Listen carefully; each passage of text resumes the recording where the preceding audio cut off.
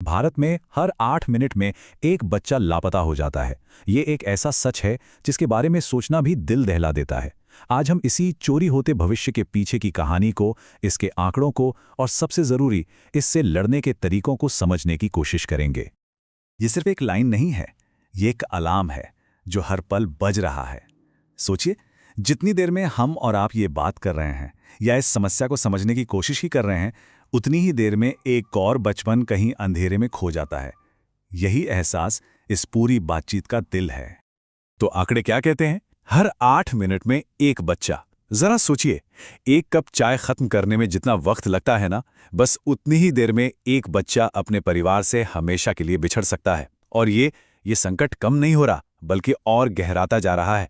2022 के मुकाबले 2023 में मामलों में करीब 9.5% की बढ़ोतरी हुई है। ये सिर्फ नंबर नहीं है, ये एक बहुत बड़े राष्ट्रीय संकट की गूंज है। तो चलिए इस संकट की गहराई को समझने के लिए इसके फैलाव को और करीब से देखते हैं। और जो बात सच में परेशान करती है वो ये है कि ये समस्या किसी एक कोने तक सीमित नहीं है।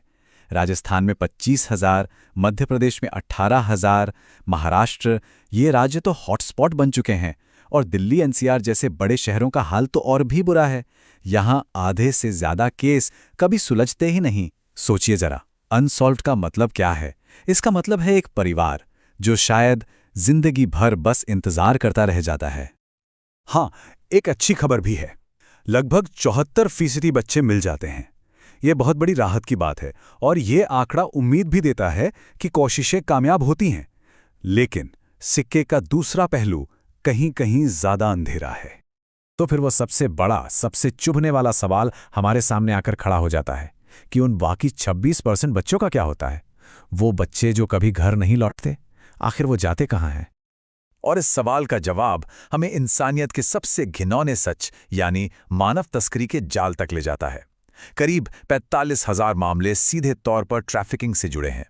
इन बच्चों को बाल मजदूरी, यौन शोषण और यहां तक कि अंग व्यापार के एक ऐसे दलदल में धकेल दिया जाता है जहां से निकलना नामुमकिन सा है। नेपाल, बांग्लादेश जैसे बॉर्डर्स इस खौफनाक अपराध के रास्ते बन गए हैं।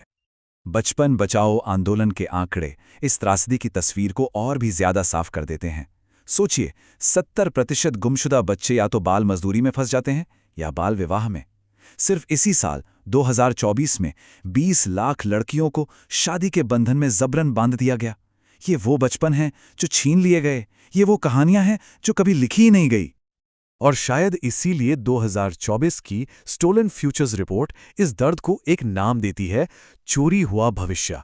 ये सिर्फ एक रिपोर्ट का टाइटल नहीं है, ये उन लाखों सपनों की चीख है जिन्हें शुरू होने से पहले ही हमेशा के लिए खामोश कर दिया गया। तो सवाल ये उठता है कि आखिर हमारा सिस्टम कहाँ फेल हो रहा है? कहाँ हैं इस समस्या की जड़ें? और जब हम जड़ों को खोजते हैं तो एक शब्द बार बार सामने आता है, उदासीनता। कई रिपोर्ट ये साफ कहती हैं कि कई राज्यों और स्थानीय पुलिस का जो ठंडा रवैया है ना, वही बच्चों को ढूंढने में सबसे बड़ी रुकावट है। ये किसी एक इंसान की नहीं बल्कि पूरे सिस्टम की नाकामी की कहानी है। लेकिन इतनी नाउम्मीदी के बीच, इस अंधेरे के बीच, उम्मीद की कुछ मजबूत किरणें भी हैं। तो अब बात करते हैं उन लोगों और उन संस्थाओं की जो इस लड़ाई को पूरी ताकत से लड़ रहे हैं। और अच्छी बात यह है कि इस लड़ाई में देश अकेला नहीं है। कई एनजीओज, खुद सुप्रीम कोर्ट और बचपन बचाओ आंदोलन जैसे संगठन इन बच्चों के भविष्य को बचाने के लिए सचमुच दिन रात एक किए हुए हैं। तो इनके हथियार क्या हैं इस जंग में? पहला और शायद सबसे बड़ा हथियार, टेक्नोलॉजी। भारत चाइल्ड पोर्टल है जो लापता बच्चों का सारा डेटा एक जगह लाता है। फिर वॉचलेस पोर्टल है जो रियल टाइम ट्रैकिंग तकनीक का इस्तेमाल करता है। ये सब डिजिटल जासूस की तरह काम कर रहे हैं। दूसरा हथियार है एक मजबूत विजन, एक बड़ा आइडिया। सुप्रीम कोर्ट ने एक नेशनल चाइल्ड रीयूनाइट पोर्टल का प्रस्ताव रखा है। इसका सीधा सा मकसद है सारी अलग अलग एजेंसियां एक ही प्लेटफॉर्म पर आ जाएं, ताकि जानकारी बिजली की तेजी से शेयर हो और एक्शन लेने में एक पल की भी देरी ना हो। और तीसरा हथियार, वो भविष्य की तकनीक है, एक एआई बेस्ड सिक्योरिटी नेटवर्क। मतलब एक ऐसा ऐप जो डेटा को समझकर ये बता सके कि कौन से इलाके सबसे खतरनाक हैं, कौन से बच्चे सबसे ज्यादा जोखिम में हैं, ताकि रेस्क्यू ऑपरेशन को और भी सटीक और असरदार बनाया जा सके। पर एक बात हमेशा याद रखनी होगी, असली जीत रेस्क्यू करने में नहीं, बल्कि ऐसी नौबत आने ही न देने में है, मतलब रोकथाम में। और इसके लिए एक बहुत ही अच्छा सुझाव है, एक school based child alert system. सोचिए, अगर कोई बच्चा बिना बताए स्कूल से गायब हो तो ये सिस्टम ऑटोमैटिकली तुरंत पेरेंट्स और पुलिस को अलर्ट भेज देगा। कितना कीमती समय बच सकता है। तो इन सब बातों को एक साथ रखकर देखें तो आगे का रास्ता क्या है? हम इस लड़ाई को जीत कैसे सकते हैं? जवाब छिपा है 3 चीजों में, जिन्हें एक साथ काम करना होगा। पहला, टेक्नोलॉजी, सारे ऐप्स और पोर्टल्स को एक साथ जोड़ना। दूसरा, पॉलिसी, बाल विवाह और बाल मजदूरी के खिलाफ कानूनों को और मजबूत बनाना। और तीसरा और सबसे जरूरी, कम्युनिटी, यानी हम और आप सब। हमें पुलिस की जवाबदेही तय करनी होगी और इस मुद्दे पर लगातार बात करनी होगी। हमें ये मानना होगा कि हर एक लापता बच्चा सिर्फ एक परिवार की नहीं, बल्कि हम सबके समाज की नाकामी है। आगे का रास्ता हमारी सतर्कता से ही निकलेगा। कहीं भी कुछ भी संदिग्ध दिखे तो उसकी सूचना देना, इस मुद्दे को जिंदा रखना, ये हम सबकी जिम्मेदारी है।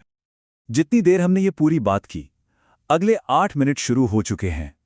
एक और टिक टिक करती हुई घड़ी, एक और भविष्य दांव पर है। सवाल अब भी वही है, हम सब मिलकर कितने चोरी होते भविष्य को बचा सकते हैं?